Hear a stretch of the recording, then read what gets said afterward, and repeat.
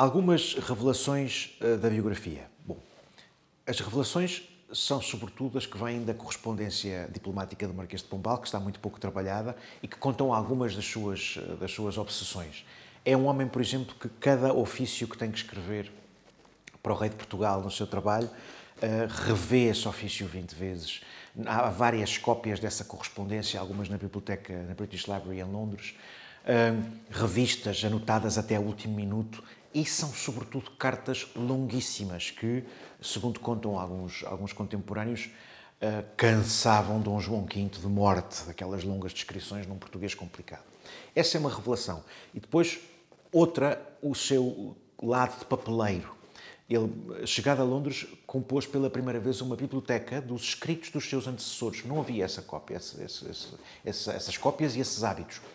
Há imensas cartas que pedem para Lisboa que lhe enviem essa documentação, alguma dela que foi salva precisamente por isso, porque senão tinha desaparecido no terremoto, e que dão essa ideia de um lado de alguém super metódico e que quer cópias de tudo, porque chegava ao pé dos ingleses e mostrava-lhes cópias dos próprios tratados que os ingleses assinaram. Outra das revelações é a sua imensa generosidade humana. Ele apoiava imensas pessoas, dava dinheiro a muitas das pessoas que lhe pediam, que é um lado que eu pessoalmente não estava à espera dessa imagem, e que contrasta com as narrativas do final da vida, onde os empregados do Paço não eram pagos há dezenas de anos, como Dona Maria vai compreender quando acede ao trono. Mas, num outro aspecto, outra coisa que acho curiosa é a sua generosidade em relação ao seu trabalho e às suas funções. Ele é voluntarista, ele percorre Londres imensas vezes em estados de saúde alterados, atrás do Duque de Newcastle, que é o secretário de Estado inglês responsável pelo seu pelouro, atrás de diretores de companhias comerciais. Ele não larga as pessoas até que tenham uma resposta.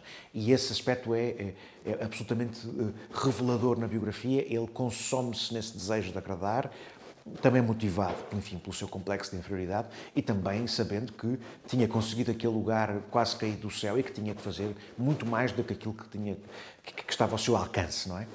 Por último, um outro lado curioso é o seu aspecto psicológico e físico. O que é que eu quero dizer com isto? A sua ligação à doença. Eu estou a dizer ligação à doença porque precisamente é esse ponto que quero explicar. Na correspondência da época é muito habitual, porque as pessoas estão longe, contarem as doenças que tiveram e como é que se sentem, perguntarem pela saúde uns dos outros, não é? As cartas demoravam semanas, meses a chegar de Londres a Lisboa e, portanto, era normal que as pessoas quisessem saber sobre a saúde, mais habitualmente do que nós hoje em dia fazemos. Mas nas cartas do Marquês de Pombal, as cartas enxameiam de pequenos factos dos seus mal-estares, as doenças que sente, quantos dias teve febre, se vomitou, se teve que fazer uma sangria, que era habitual na época, quantos dias que esteve sem comer, as ajudas que teve dos médicos. É alguém que está permanentemente focado nesse aspecto da sua vida. Porquê? Porque precisamente não conhece a energia que tem. A energia dele, se não está aplicada e não resolve as coisas, volta-se contra ele e cria-lhe uma instabilidade enorme.